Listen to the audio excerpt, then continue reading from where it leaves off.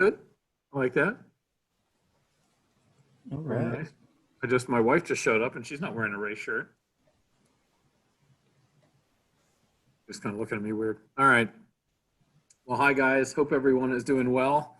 If you happen to get out and run this evening, as I did, I got dumped on, which was really awesome for about half an hour because it actually dropped about 15 degrees and it was pleasant and awesome. And I was like, this is great. Then it stopped raining and it warmed back up and got super humid and was awful. So there was a few minutes there where it wasn't so bad. So hope everyone's doing well. And it looks like there's some cool weather on the way, cooler weather on the way. So hopefully that'll do well for everyone. Welcome, Caroline, in your lovely brunette hair. Karen Crane, hello.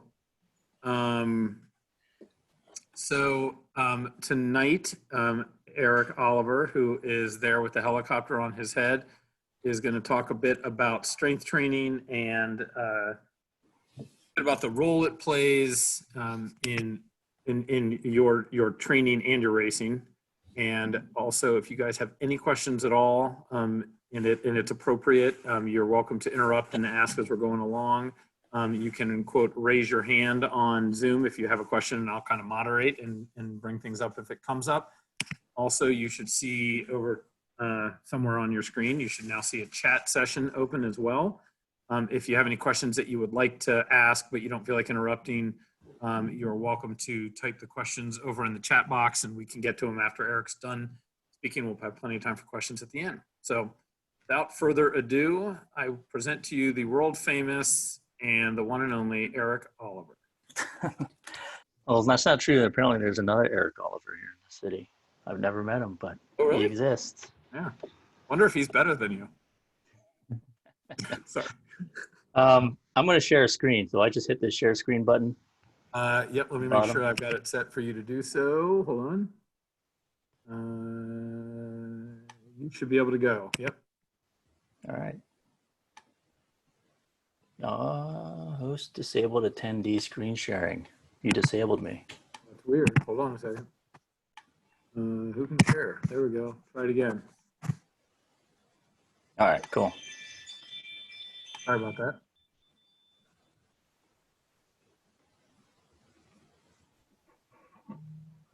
Can you see my screen now?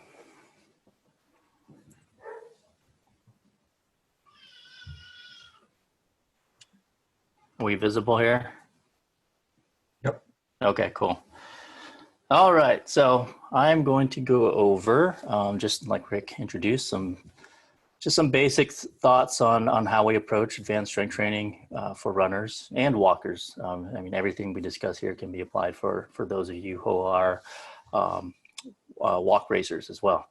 So let me move my screen, these videos or these screenshots here for everybody's faces. All right. So there's a broad definition of strength training and how we see strength training. Some people think strength training is throwing up heavy weights. Some people think it's just a matter of Olympic lifting or CrossFitting. We have a more broad definition of strength training, and we like to call it, the act of learning proper muscle activation, creating efficient movement and stability, building tissue resilience, and enhancing force production. So strength training in that definition can entail postural stability. It can entail just teaching you how to activate the correct muscles in the right sequence. So something as basic as that. It can also mean working on mobility, so proper joint mobility. And then once you learn those fundamentals of activating your muscles, learning how to control your movement and stabilizing your joints, especially your spine, then we can build tissue resilience and build strength by loading your movements with resistance. And so we're going to talk about why that's important.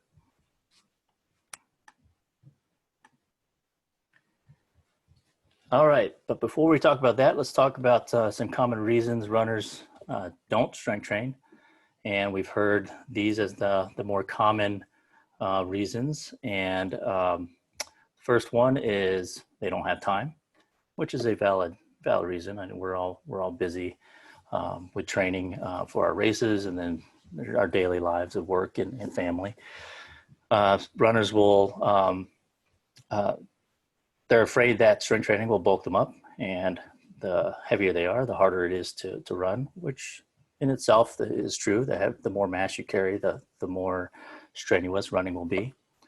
But we'll talk about how strength training really won't bulk you up. Some runners think they're already doing their leg lifts, their body weight exercises, clamshells, things that they find online or read in Runner's World magazine, and that's enough. And they'll stop there. Many times we will end up working with runners who surprisingly just fail to add resistance to their movements. And so that we know is not enough to build strength for runners. Another reason, runners just don't know how to do it, how to apply strength training. And the last reason, most runners, they just don't care and all they want to do is run. So, but we'll talk about why you should care. All right. So strength training, we'll tackle that first reason of not having the time to do it. Really, in season, if you can give yourself 35 to 60 minutes of training, of time a week to put in strength training, it's easy to fit into a routine. You saw here in this video, I'll play it again. We've got a few of our Run Project members here. We've got Matt Beck and Dion. We've got a couple of triathletes. There's Pat Johnson and Amy Manning, and they're in here doing a group training, strength training session. And they were coming in on Saturdays after pre-COVID, of course, but after their long runs, they'd come in and they'd do their strength training, and they'd be in there for about 45 to 60 minutes. And I would coach them through their sessions. And as you can see here in the video, we don't have a lot of equipment out right now in this particular phase of strengthening of the program. They've got some kettlebells and medicine balls, and they're doing some body weight stuff, but generally we're always going to add some sort of resistance. But if you truly want to fit it in, strength training can be added into even a 3 to 4 day a week running regimen. And the way we would do that is in season, strength training is appropriate to put in 1 to 3 days a week. If we follow a 1 to 3 day a week regimen, typically one day is going to be a stability and core day. The second day will be a stability and a strength day. Strength meaning we add in a fair amount of external resistance, whether it's a kettlebell or dumbbell or barbell, depending on what you're able to move with. And then the third day, it's more of a stability, core, and mobility day. So in season, obviously, our main focus is getting you prepped for running, for the race. And you can't prep yourself for a race without running. So the main focus is running, obviously. But we want to make sure that we complement your running with some sort of routine where you're working on learning how to stabilize your spine and your pelvis, conditioning and your core. And then if you have that extra day, throwing in some extra leg work to help make your tissue, as in your bones, your tendons, your muscles, more resilient to stress. And if we can add a little bit of extra resistance to your movement, then teach your muscles to produce force to help your overall performance and efficiency of running. And we'll talk about that in a few more slides. In the off season though, we ramp it up. So we would prefer that you get 2 to 3 days a week of strength training. This is in the off season, this is your time to really shine as far as building strength. And the time that you put in this off season to build strength allows you to really tap into more horsepower once the season starts. And so you can see here on day 1 and day 3 of the off season, we have 2 days of strength where we'll put in some heavier days of weightlifting. Whereas the other day is more of a stability, core, mobility day. With strength training, you don't have to lift heavy or do lots of resistance every single session that you do. If you're doing a 2 to 3 day a week or 2 or 3 day a week, because you need to give your body some time to recover. And so one of the things that people will think with strength training is you just got to go hard all the time, or you got to be moving those barbells every time you go out. And well, that's not the case. And we'll talk more about that here in a little bit. All right, that other misconception that strength training will bulk you up and weigh you down. Well, it won't. And Rick is laughing because he's recognizes Dion. And well, Dion, if you know Dion, he runs on the Run Project. He's a pretty fast runner. And he's moving a lot of weight right here. When we first started working with him, he could barely do a 35-pound kettlebell properly. And right now, he's doing this X bar, and this bar in itself is 45 pounds. And then you throw on the weight of those plates. So Dion, he can keep moving up in weight, and he did move up in weight. Well, no offense to Dion, he's never going to get any bulkier than what he is right now. And that's just purely, well, not purely, but partly his genetics. It's also his the type of training we're doing. And it's also his diet. For those who want to bulk up, you had to follow a very specific strength protocol, a very specific diet regimen, and you have to have that genetic predisposition to bulk up.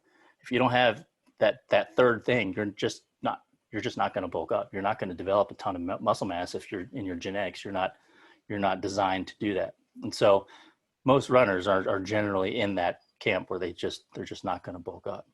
What strength training does with that kind of weight that Dion was doing, rather than bulking up and creating a ton of size in your muscle, what you're doing is you're training your muscles to work in a coordinated fashion to move all that weight off the ground. To move all that weight off the ground, you are creating a lot of force from those muscles. That force can then be used in a positive way to protect your joints, your muscles, tendons when you are running. So when your foot impacts the ground, all that force will help protect your body. But then it will also help move your body, so it'll help propel you. And if you can do this weight, pushing it off the ground, and we train you properly how to use that in your running form, well, then you'll learn to more efficiently move your body down the road.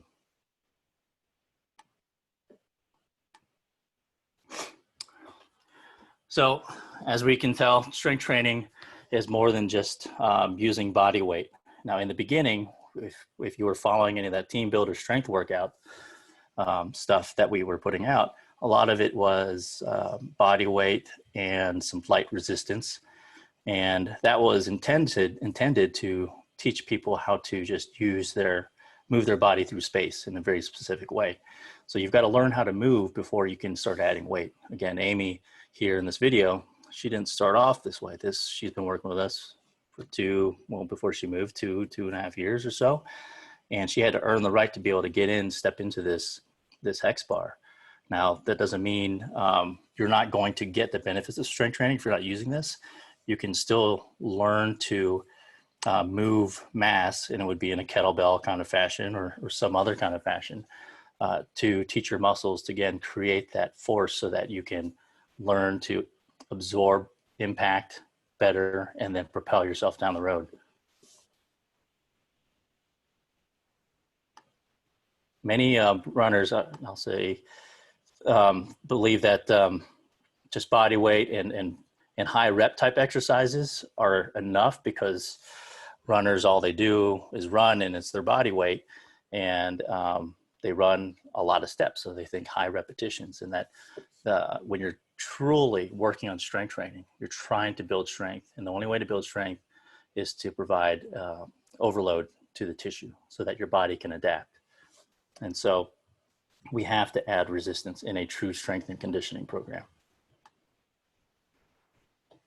So that doesn't mean if you're doing yoga and Pilates that you're wasting your time, because they're great complements to your run training, and they're great complements to a strength and conditioning program.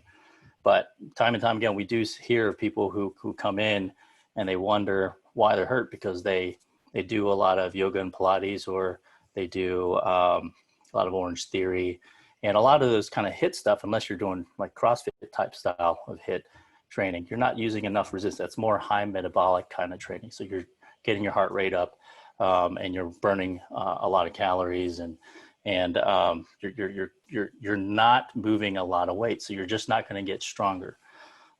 So in order to get stronger, you have to add in and complement your yoga, Pilates, and HIIT training or boot camps with eventual graded resistance training. And you'll never, I like to tell a lot of our people who are training that the training will never get easier. You'll just get faster. So, meaning that one day you're squatting with 50 pounds, and then 2 months later you're squatting with 100 pounds. You're doing the same exact movement, but you're getting stronger because you're continuously adding weight, and it's no different than running. So if you're starting off with 3 mile runs, to get to the 13.1, you've got to progressively overload your body so that you can adapt. And that's where you have to add in that resistance. And which is why in the program, the team builder program now, the movements are getting more complicated, and we are recommending that you start adding in more resistance. I threw this slide in there just because a lot of runners think that planking is enough core work. And this is just across board. Marathoners, half marathoners, triathletes, cross-country runners. A lot of endurance athletes think planking is the holy grail of core exercises. And planking is good. We use it as a way to train you how to control your body and put your body in a optimal position to breathe and engage your core. But you can't just, and a lot of runners will think you just have to add more time. And I put this slide because a lot of runners will think that just by adding more time, you will strengthen your core. And running is more than just being able to hold your position for a long period of time. You have to be able to resist forces that are trying to rotate you out of a neutral, out of position, side bend you out of position, because running is all about a lot of controlling your side bending and your rotation. And so just holding a plank and advancing your plank by holding it for longer is not going to be good enough. And so running requires, I'll just read the slide, requires the production and absorption of forces, preferably in a coordinated manner. When it's not coordinated, that's where you can lead to inefficiency and injury. And it requires those forces to produce and control movement. And so if you look at this runner, he's got some pretty darn good form. He's some sort of like running model or something. In order to move forward, he's moving his arms back and forth, and that requires force, or a little bit of force and energy to move that body or those arms back and forth. He's also doing a little bit of rotation. And part of that rotation is coming from the obliques. And then if you look at his legs, when he's swinging his leg forward, that requires, again, more just positive, what we call positive work out of the muscles to bring your leg forward. Now, the body also has to just decelerate movement. So when your arm's moving forward, there are muscles that help to decelerate that forward movement. And conversely, when you move backward, there are muscles that help to slow down that motion. And it's the same for the legs. So our muscles, when running, are designed to produce force and absorb force. And that's just in our own internal mechanisms of moving. Well, when you throw in the impact of the ground, our muscles now have to absorb impact from the ground and then learn to propel past that after that impact. And our bodies, when we are running, we can be absorbing 5 to 10 times our body weight, depending on how fast we're running. And so this video is showing, it's starting with a 10-minute pace. And then as I get faster, you can see how the stride of my running gets longer, which means the foot here and hip are traveling further back after each step. And running faster, if you are one who's working to improve your speed, it requires you to apply force into the ground. The only time you're going to propel yourself forward is when you apply force into the ground. And I'll have a video that will demonstrate that in a little bit. So if you are trying to run fast, if you're trying to run these fartlicks, if you're trying to run uphill, and you don't know how to push, how to appropriately apply force into the ground, well, you're not going to efficiently move yourself down the road. And then if you aren't doing, say, the complementary strength training to train the body, you have a higher risk of developing injury. And so that's why we work on advancing strength training past body weight exercise, high rep exercises, and floor exercises, because we have to teach the body to be able to absorb and create force so that you can move your body economically down the road. So I just went over that. So some common components that we want to see in a strength training program is it should include exercises that force muscles to produce higher amounts of force than body weight. We want exercises that teach stabilization against rotational and side bending forces.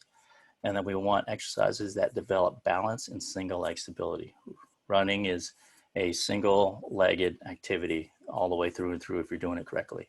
Race walking is a two-legged activity, so it's a little different. Race walking actually requires a little bit more stability than running, just because of the nature of race walking. So what should runners focus on when they're strength training? Like we saw earlier here with this video, we have these runners. Right now they're doing some just band exercises and kettlebell work. That's usually a prep, and this is kind of the same kind of things that you all have been doing for the last 6 weeks via Team Builder. I will show, like, this guy here in the white shirt. He's a triathlete, an long course triathlete, and this is probably in the off season leading up to his race season. And you can see him doing these single leg bridges and simple kind of stuff. The band work, there's the standing fire hydrants that you all should be doing right now. He's not doing it with the best form right there, but I had to coach him. But he ended up winning Ohio 70.3 later that year, and setting a PR. He's never been able to stay exactly healthy the entire time of a training season. He's never been able to get to the speeds. Now, he puts in the training, of course, but when you complement your training with your sport specific training with strength to help you be more stable and to help produce and absorb forces, there's no doubt that you're going to see reduction in injury and improvement in your overall performance. And we've seen it time and again with every single one of these people in this video. So our common formula for our runners is to work on postural reeducation and breathing. That's what a lot of these past 6 weeks has been in Team Builder. Same thing with dynamic trunk stabilization and hip stability. And every single one of these, again, they will have derivatives as we continue on with our strength training program, derivatives of some of these basic motions. So it doesn't get any easier. You just get stronger and faster as you go through the program. But we also want to make sure in the runners program that they're having, that we're working on their force production or gluteal muscles, hamstring muscles, quads, and then we're definitely working on the lower leg to make the lower leg more resilient to stress. Here in the picture, in the video, this is Pat. He's working pretty much every single one of these factors all in one movement. And so rather than having him do a 3-minute plank to work on his core endurance and strength, he's going to be coming up from a kneeling position. He's got to keep that nice neutral position in his spine, same exact posture we want him to be in when running. He's working his glutes to stand up. He's holding that medicine ball up in the air, which is going to force him to use his back muscles and his deep core muscles more. And it's very subtle, but he's breathing in his nose, out his mouth, and making sure that his ribs don't pop up. So a lot being accomplished in one motion, in one movement. And depending on where we program it, if we put it before his heavy lift or after his heavy lift, it's if it's before his heavy lift, it's a primer just to get his body warmed up even more for the heavy lift. If it's after, it's to work on conditioning. And this looks like it's probably the way they're set up is probably after their heavy lifting. So they're about 45 minutes in their workout, and they're ending with a series of core muscles. And that's important because one, he just finished his long run, went 45 minutes of strength training, and then now we're working on a dynamic trunk stabilization, working on every single one of these principles because it's going to help him resist fatigue at the end of his race, because he's doing it at the very end of his training day. So like I've alluded, strength training, when done properly, it can help with injury prevention and performance. With injury prevention, what we're trying to accomplish is we're trying to increase our load tolerance, because anytime you develop an injury, the basic formula for developing injury is when your load exceeds tolerance. Load can be intensity of your run, it can be duration of a run, it can be overall volume, weekly volume, monthly volume of your run. So when that load finally exceeds your tolerance, your tissue's tolerance, you start developing symptoms. And if you don't address them, then it turns into a full-blown injury that then requires a time off of running. And so strength training can help take that tolerance level and raise it up. So you can better, or you can train with less risk of injury. Now, when it comes to performance, I alluded to it earlier. Strength training can help with your running economy by essentially teaching your muscles to produce more force, which then allows you to run faster with less energy. And anytime you can run faster with less energy and effort, because now your muscles are adapted to creating more force, and it doesn't create as much force now, or your pace now doesn't require as much energy as before strength training, then you'll learn to resist fatigue at faster paces. And that's just seen across the board through just anecdotally results with our racing team, and then also just in research. Excuse me. So I'm just going to go through some videos of some sample exercises that we've done with the Beyond Exercise racing team. We got Dion, we got Amy, we got Megan here on the left. So this is an example of dynamic trunk stability.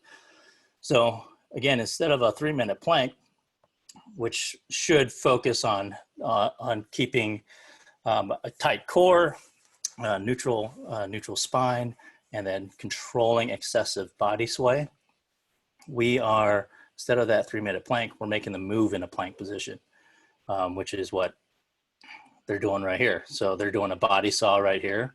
So they're having to move. They're having to create tension throughout their body to stabilize. You see Dion here walking his plank. And so he's having to try and stabilize and control his sway here. Amy does it better than Dion here. No offense, Dion. And then we're having them bear crawl backwards, which then again challenges that dynamic core, or that core to stabilize more in a dynamic position. We call this the Gangster's Paradise Challenge. For the entire song, The Gangster's Paradise, they had to do those 3 movements the entire song. Amy, Amy's a beast. She's done the most laps so far. This is a sample of some high force producing exercises. So we're teaching this athlete. She's a soccer player, actually, 15 years old. She's pulling up 155 pounds. And we're teaching her to create force in her glutes, quads, hamstrings. So 155 pounds, she's teaching those muscles to lift that up off the ground. Now, in order to be able to lift that up with as good of a form as she's doing, she's got to have a strong back and a strong core as well. And she's got to learn how to control that with proper breath mechanics. And so she's been working with us for several years actually. And so she has earned the right to be able to do that. So if you haven't been strength training, you won't be getting into this for doing this type of movement for a while, but we'd overload your muscles in a different way. You know, just like I referenced earlier, you'll maybe hold on to a 35-pound kettlebell, and then eventually you'll progress to this. And then here's it's just a sample of one of our single leg stability exercises. It's pretty basic, but it's very effective. So balancing on a soft surface, and you can see some of them wobbling here. And you know, some of these people, she's a collegiate runner, and you see her wobbling. You see some of these other runners, and it's challenging. And so we work on part of advanced strength training is, like I said earlier, it's not just heavy lifting. It's working on challenging the body in different ways in the realm of mobility, balance, stability, and then also high force producing movements. And then this is an example of a single leg high force producing exercise. So they're doing what's called a kickstand squat, where they're using one leg to push that weight up, and that more specifically mimics how we want to use those muscles when we're running and when we're propelling ourselves forward. Because running is all about applying force into the ground, pushing into the ground to propel your body forward. That's the only time you're going to move forward. So when your foot is in contact with the ground and you're propelling yourself forward with the elastic properties of your tissue and the force producing properties of your muscles.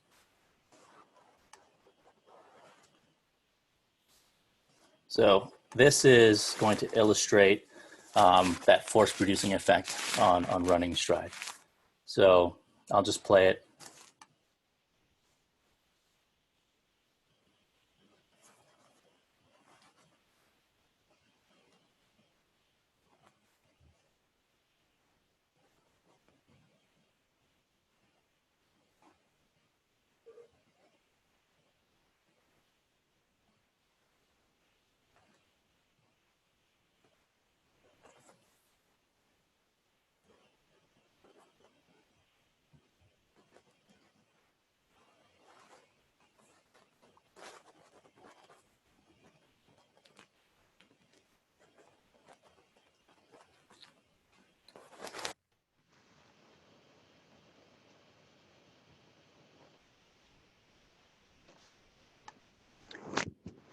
So essentially, all that's demonstrating is that our stride is force dependent. If you're a 10-minute runner, 10-minute mile runner, your stride is going to be typically shorter because you're not applying as much force into the ground. If you are looking to get faster, well, you need to learn how to push into the ground in an efficient way, because you need to be able to put more force into the ground to take a longer step. And that kind of works kind of with just across the board, whether you're male, female. Essentially, you've got to learn how to control your forces, and if you want to work on getting faster, you need to learn how to efficiently put your force into the ground.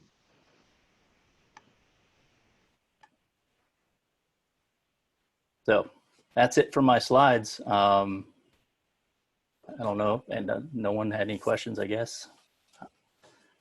During the presentation, I kind of blew through it, so I'm open to any questions now.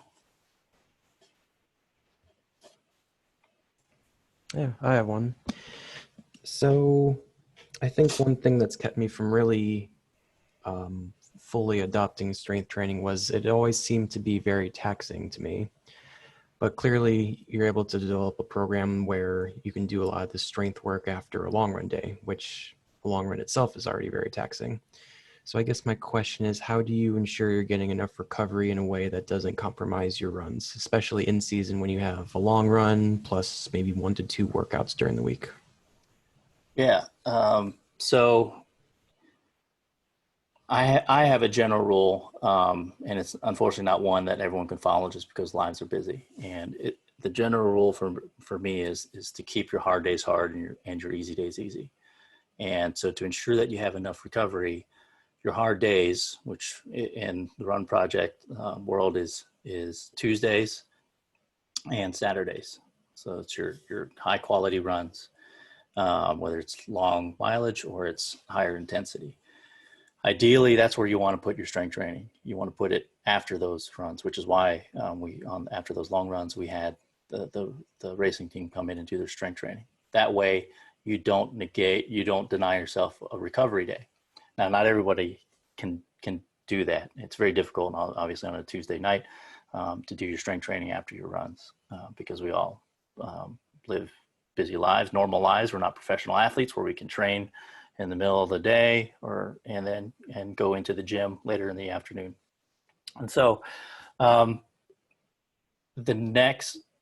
what you can do then is what we've created in Team Builder, which is your strength training on Wednesday, but hopefully you can get it earlier in the day, and that way you have more time to recover the rest of the day. And then on Fridays, we have the strength training, and I've programmed the strength training so it's not too intense, so you're not sapped for your long run after you do your strength training on Friday. Now, with these strength training exercises, part of, especially in the beginning phases of strength training, it's not just about moving a lot of force. It's about teaching your body how to move properly. And most people just need to learn that first. They need to learn how to squat properly. They need to know how to do a backward slider lunge and a kickstand squat, which this week I added in kickstand squats to the program. You all have been working on backward slider lunges pretty much for the last month. And so if you can learn to at least control your body with just some of these exercises that are not as taxing, well, you'll still get the benefit. And because it's in season, we're not going to add in a ton of weight anyway. In the off season, the idea is hopefully you can then stick to your easy days, easy, hard days hard, because you're just not ramping up mileage as much. Also, a lot of times you can just also, to make it more efficient and to fit it in and to ensure that you're not too fatigued, is maybe to cut the repetitions or the sets of exercises, but still teach your body how to move with force. So even if you're instead of maybe 3 rounds of exercises of the supersets, maybe you're doing 2, and you're still teaching your body. It's all about exposing your body to some level of challenge so that your body can adapt, whether it's neuromuscularly or in a force-producing way. Eric, if you do elect to do the strength training on the same day as your long run, I mean, I often find that after my long run, I'm just completely wiped out. I mean, all I want to do is go take a nap. Yeah. Is it okay to do the strength training when you're that wiped out, or am I just doing too much work on my long runs? No, it's not. But what you can do, and the racing team, they would come in an hour after they finish their long run, but you don't have to. You could do it later in the day. So again, if you're doing your long run in the morning, then in the afternoon, maybe 4 o'clock, you do the run work or the strength workout. And even if you do an abbreviated version of it because you're in season, that's okay, because it's better than nothing.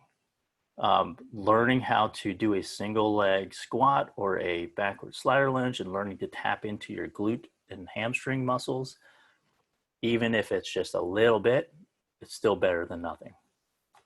Core work, stability work, single leg stability work, that shouldn't be as taxing on the body. And again, it's all about positive adaptation. And I would contend then, especially if you're one dealing with injury, maybe you should cut out a run day at some point in the weekday, and replace it with strength training. Okay.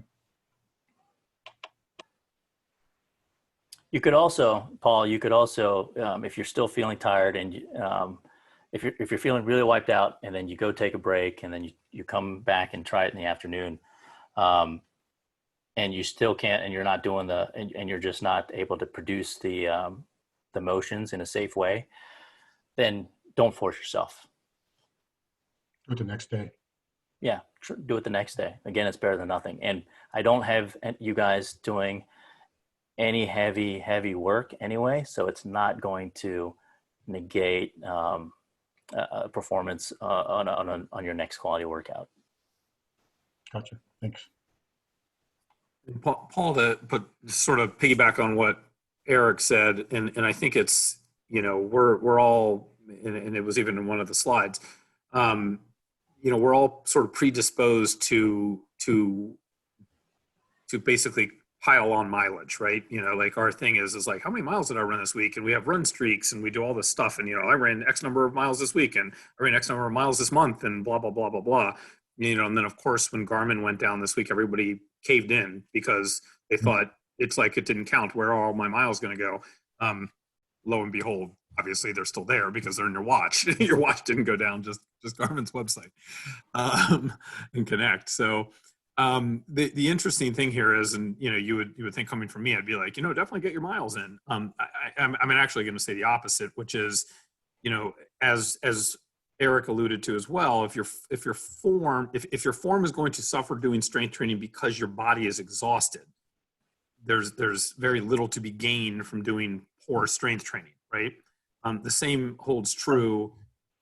The same holds true for running as well. If your body is just wiped out, going out and slogging through 5 miles, even, 7 miles, 8 miles, whatever it might be, just to say you did it and to keep piling on mileage as the week goes on, is also ultimately counterproductive.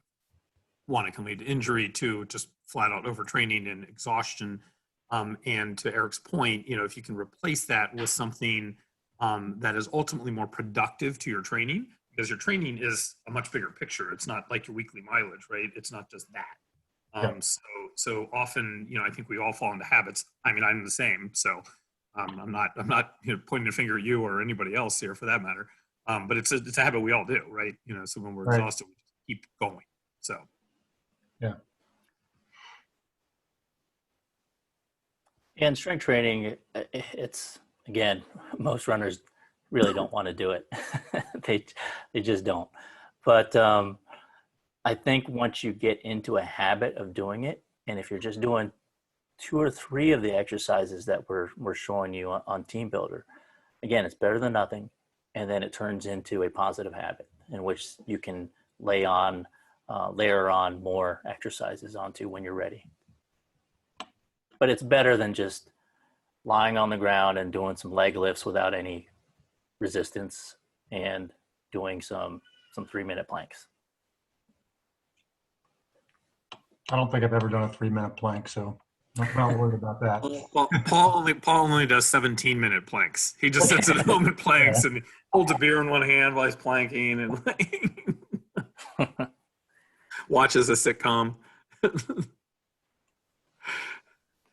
I think Leslie's probably the only person on this call that can probably do a really extended plank. Am I correct, Leslie? Caroline. Okay, yeah, I guess Caroline. Is she still on here though? I can't see because I changed my view. I don't know. She had a. She said she spilled her wine, so I figured And that then was. I'm back. I figured that was. I tried to like Oh, she's back. stealthily sneak it all to the basement, and Jeff was like, "What are you doing?" I was like, "Oh." That's great. Yeah. So, I mean, I think that, to Eric's point, I mean, it's all in what you do, not just doing something. It's obviously, choosing exercises, whether it's, same thing with, we do planning runs, right? I mean, there's a reason we plan it the way we plan it, is to provide the most value on the days and the mileage and the types of workouts and the things we put into the workouts, et cetera. Everything down to the paces, right? I mean, there's a reason for everything. Is it always an exact science? Of course not. But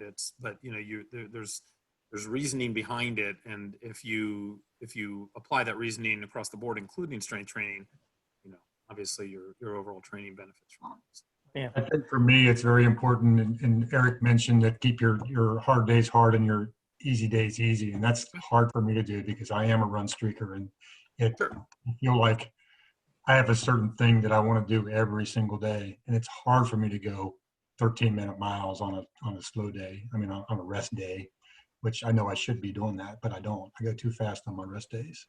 Well, the other thing is be careful. I'm not knocking run streaks. I mean, I get it. I get the value to people, and I understand that it's a physical thing, it's a mental thing, it's a goal thing. Obviously, I mean, there's lots of reasons why people do them, and I totally get it. But also, they tend to encourage you to sometimes make choices that you, to be brutally honest, shouldn't make. Right? And that happens all the time, obviously. Yep. The primary one being you go out and run, whether it's the mile just to get it in, or whether it's a 5-mile run or whatever it is, when your body might tell you otherwise. Yep. And then, and the other thing is be very careful. Like I hear, I mean, I know what you can run. I've seen you run, and I can see your faster paces. When you go slow, yes, going slow is important, but you can also go too slow. So be very careful, because it really affects your gait. And as your gait becomes heavily affected, meaning if I'm just going to go out and, you're normally a, 8-minute miler or an 8.5-minute miler, right? I mean, you go out for a, decent run, you might do an 8.5-minute mile or an 8-minute mile. If you suddenly flip that switch and you're exhausted and you're like, well, I need to go out and I just need to get a mile or 3 in or whatever, and you go and run a 13-minute mile, be careful, because that can also start to affect your form. And as you start to affect your form, you begin to change the way, you're landing and pushing off and all of these things. And that begets injury. I mean, it just does. I mean, it's just, if you have a massive effect on your form. And that's the one thing that people aren't, when you're doing a run streak, it's like, I'm going to just go out and do something. And I get that, but also be very careful about what that something is, and how you approach it. Because if your body's just completely broken down, you can ultimately cause more harm than good. Right. Well, I do have certain days where are supposed to be hard and some days are supposed to be easy. Yeah, So of course. everyone does have a plan. I'm just not going out and running, but. No, I know. Yeah. You're smarter than that. I know that. I just mean, like, as you go through, you have 365 days in a year. As you go through your year, obviously there's days when it's, you're like, this is great, and you go out and do your thing. And there's days when you're like, this isn't so great, and you, I mean, it's just reality, right? So, just be careful. That's all. Thank you. And even just a little bit of strength training could really help make you more resilient for those of you who are high volume runners or daily runners.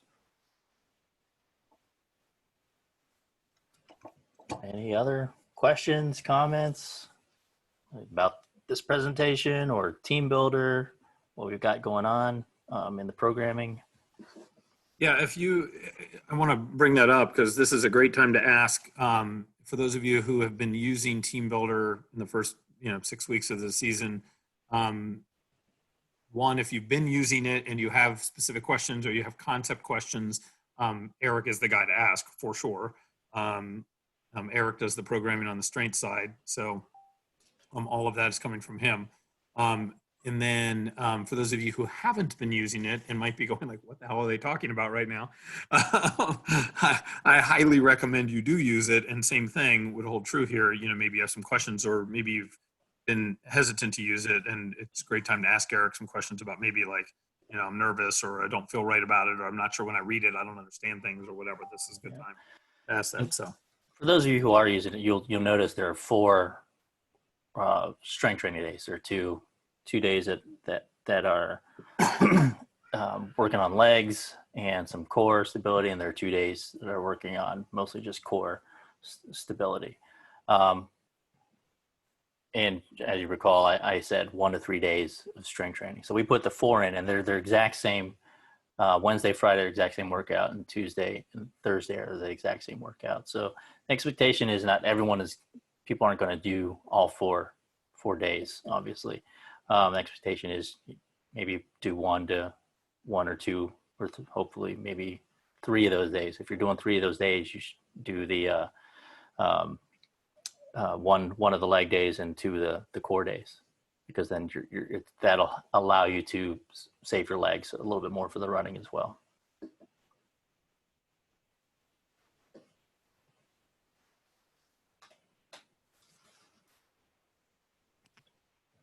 But otherwise, we're gonna keep progressing that program. Hopefully, you're following it. Some of you are following it, and it'll really just start progressing to just adding maybe a little bit more single leg stability and strength and force production.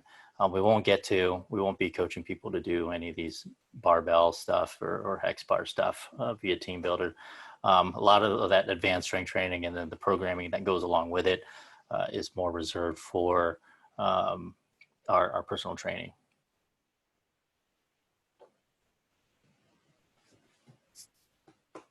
Not only for safety, but for just programming concepts as well. Yeah. So you know. All right. Anybody else have any questions, thoughts, anything you want to ask, anything you want to talk about that's not related to Eric? Or can be related to Eric. It can just be something completely different than what he's talked about so far. Good. All right. All right, guys. Well, thanks for listening to me talk for a little bit. Thank you, Eric. Seriously, it's always informative. So, yeah, very helpful. My pleasure. Thanks. And if you have any other questions that pop up, feel free to email me. It's Eric, ERIC, at gobeyondexercise.com.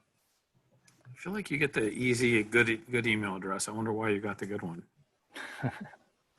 The single name, yeah. The single name guy.